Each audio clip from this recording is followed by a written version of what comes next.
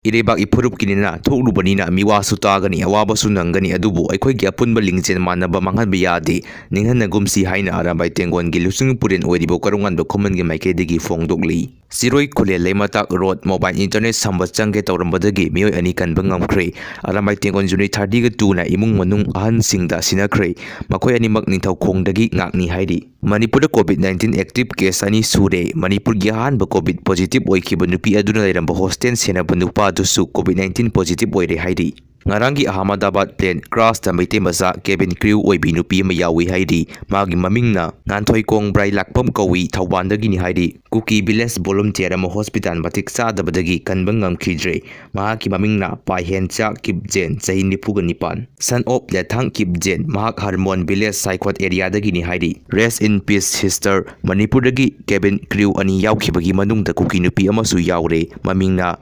Lemnun Them Singsan kawi Kangpokpidagini ngasi tang talaga humdoi tha taruk 2025 ki ayuki pung ahumda Israel Iranda attack tawkhre masina sobula lama hauragani haina leba kaya na phongdoknari rims campus ta sangboda tangai fadana masak unnaba khankhre Ahmedabad Air India gi aeroplane ama kaibada crew member talaga nithoi amasung passenger chani ga kunthra ga nithoi gi manungda mioi ama khatang hingna thengnakhre Thomjin duna protest tawgani haidiba si aran bani haina yatina sengthorokkhre ngarang June gi tara ni thoi sagon sen numita governor natraga government gi loisang singda thomjin duna protest tawgani haidiba si aran bani